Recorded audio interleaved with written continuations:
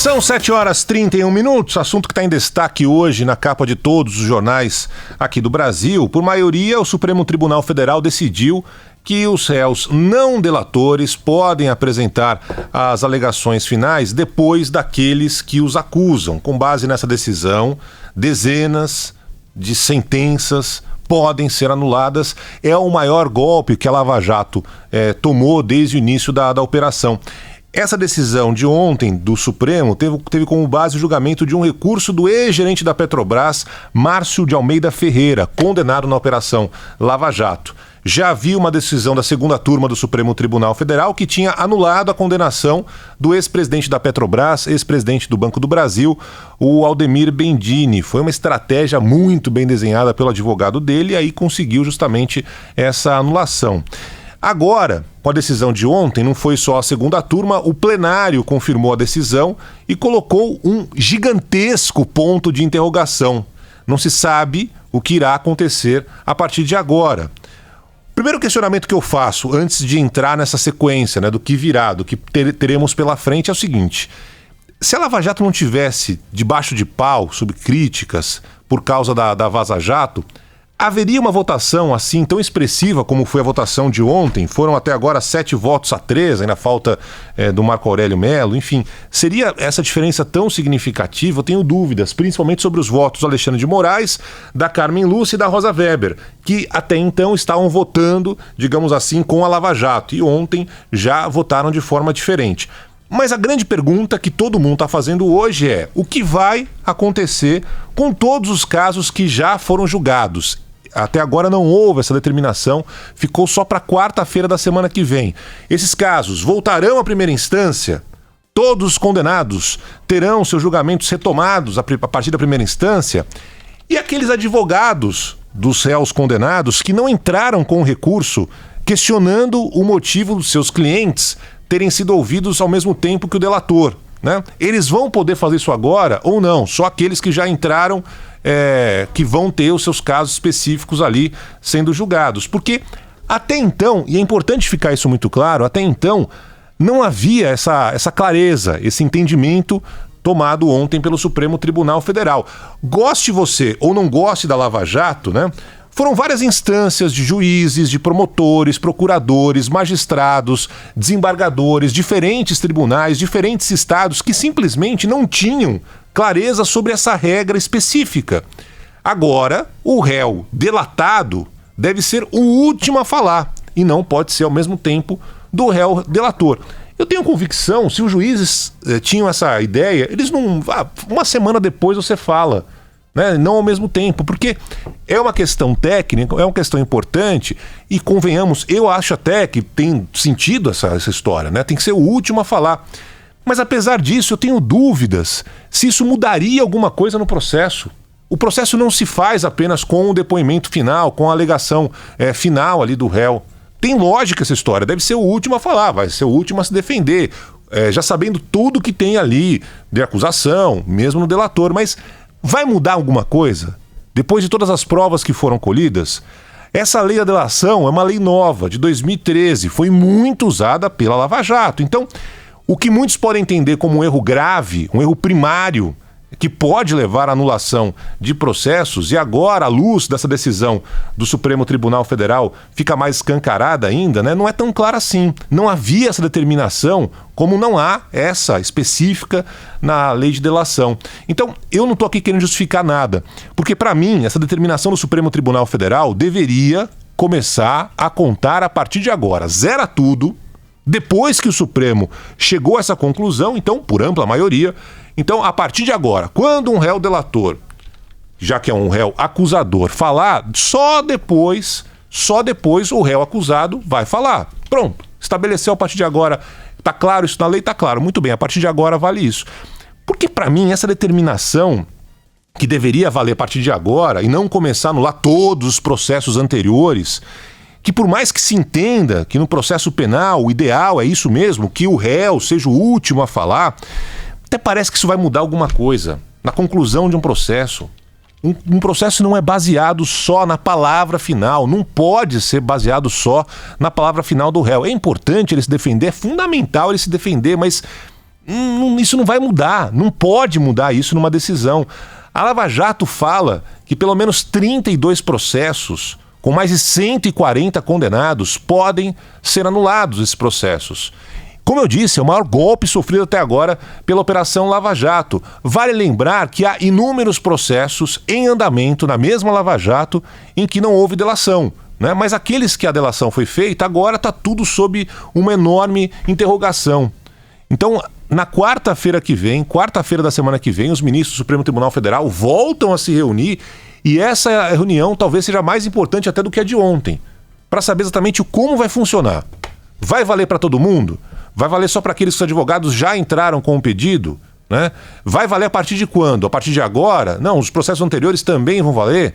Vai voltar tudo para a primeira instância? Vai ser caso a caso? Determinação de cada juiz, cada desembargador? Vai voltar tudo para o Supremo Tribunal Federal? Enfim, são várias questões que só na semana que vem serão definidas. Na quarta-feira está marcada essa nova audiência no Supremo Tribunal Federal para, de uma vez por todas, terminar com essa história, enfim. Mas, obviamente, que já tem um monte de gente aí interessada nessa decisão, querendo saber se vai poder ou não, por exemplo, ser solto. Falando do caso mais famoso, que é o caso do ex-presidente Lula, por exemplo, nos dois que ele já foi condenado, no caso do triplex do Guarujá, não tem essa delação. Vão tentar recorrer e tal, mas no caso do triplex do Guarujá não tem uma delação premiada, ele não foi o último a falar, enfim. Então, nesse caso que ele já foi condenado, aparentemente não muda nada, aparentemente. No caso do Sítio Atibaia, não. Ele falou ao mesmo tempo. Então, no caso do Sítio Atibaia, que ele também já foi condenado, pode ser que as coisas mudem, né? Sempre tem o caso do Lula, que é lembrado e tal. Então, essa é a circunstância do momento. Tem muitas análises hoje de jornais dizendo que o Supremo Tribunal Federal foi rigoroso, outros dizendo que finalmente a justiça foi feita.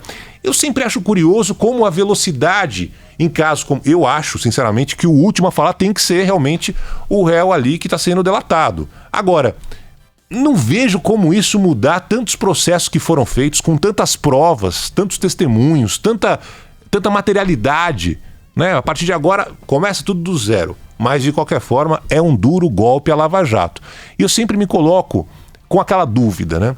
Se fosse um cidadão, digamos, comum, eu, você, o cara que está ali na esquina, a senhora que está precisando de um remédio para o filho, que precisa de uma autorização judicial, essa velocidade toda, esse empenho todo do Supremo Tribunal Federal seria o mesmo?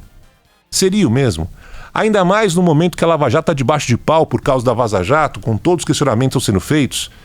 Eu tenho dúvidas, confesso que eu tenho dúvidas. Bom, apesar de toda essa incerteza aí que a gente está acompanhando sobre os futuros dos julgamentos, os passados dos julgamentos, enfim, da Lava Jato, existe uma incerteza ainda maior sobre os rumos que o governo está tomando. E aí é uma decisão, convenhamos, que eu não confesso que não entendi nada. Ontem o plenário da Câmara dos Deputados aprovou uma medida provisória que está criando, ao que tudo indica, um novo elefante branco público, é uma nova estatal no país. Uma nova estatal no meio dessa dificuldade gigantesca financeira que o governo tem enfrentado. Apesar de todas as promessas de redução de gastos, planos de privatizações, concessões, todas as promessas que foram feitas antes do presidente Bolsonaro tomar posse, com o presidente falando que não entende nada de economia, com o ministro Paulo Guedes falando, olha, vamos vender tudo, o Estado está muito grande, gigantesco, não tem dinheiro para pagar. Muito bem, ontem, para perplexidade geral, foi criada uma nova estatal, se chama Nave Brasil Serviços de Navegação Aérea, que é uma divisão da Infraero, que agora passa a cuidar apenas da infraestrutura aeroportuária. Essa tal de Nave Brasil vai cuidar da navegação aérea, já que tem ligação direta com o Ministério da Defesa. Enfim, é um negócio escandaloso. De forma rápida, foi uma votação simbólica, relâmpago, foi aprovada a criação dessa empresa estatal, sendo que todo o discurso do ministro da Economia, Paulo Guedes, é o de desestatização, que nem começou a ser feita de fato. Você tem uma ou outra estatal que o ministro Tarcísio acabou vendendo, mas nada. Tem uma empresa sendo criada, neste momento, no Brasil, sem dinheiro para pagar educação, saúde, de forma absolutamente desnecessária. Não é que está acabando com a Infraero. Não é isso, não. A Infraero continua e tem uma outra empresa sendo criada. Além de, claro, ter mais gastos, né, do Estado brasileiro contra a empresa, sendo que o ideal seria que tudo fosse privatizado. Privatiza a Infraero, não cria outra empresa para aumentar os gastos do governo. Enfim, não há justificativa, ainda mais num país quebrado, em que o Estado não tem dinheiro para educação, não tem dinheiro para saúde, e o único discurso do governo tem sido cortar. E aí o detalhe, assim, dessa votação, teve líder do governo, Major Vitor Hugo, né, justificando essa votação esquisita, dizendo o seguinte: essa tal de Nave Brasil, né, veio para evitar o 11 de setembro. Olha só, como se alguns radicais, grupos terroristas, né, quisessem explodir o Congresso Nacional. Ou seja, é uma cara de pau, vai na contramão de tudo que o Bolsonaro pregou na campanha, que o Paulo Guedes vem falando até agora. E tem uma outra piada que nós já vimos em outras ocasiões, com outros governos, inclusive do PT, que é o mesmo discurso que o seguinte: essa criação dessa Nave Brasil não vai gerar aumento de gastos para o governo. Não vai, porque vão ser utilizados funcionários da Infraero. E até parece que vai ser criar uma empresa nova e não vai ter aumento de gastos. Como assim? Além do cenário completamente miserável da economia brasileira, dos vergonhosos gastos, vantagens que a gente acompanhou em todos os setores, da Prefeitura, Congresso, Supremo, que não são abalados mesmo com a população cada dia mais prejudicada. O pior é essa justificativa, né, de se evitar um 11 de setembro no Brasil. Seria mais plausível, por exemplo, se a justificativa fosse: vamos lá, vamos criar uma estatal para iniciar um programa e levar uma missão espacial brasileira para Marte. Olha que maravilha, vamos criar uma estatal para isso? Aí faz o seguinte: vamos criar uma estatal, já que Nave Brasil, esse nome assim, digamos, portentoso, né? Cria a Nave Brasil, junta ali um monte de parlamentar, um ou outro ministro, tal, e aí manda a Nave Brasil para Marte para eles não voltarem nunca mais. E vamos em frente.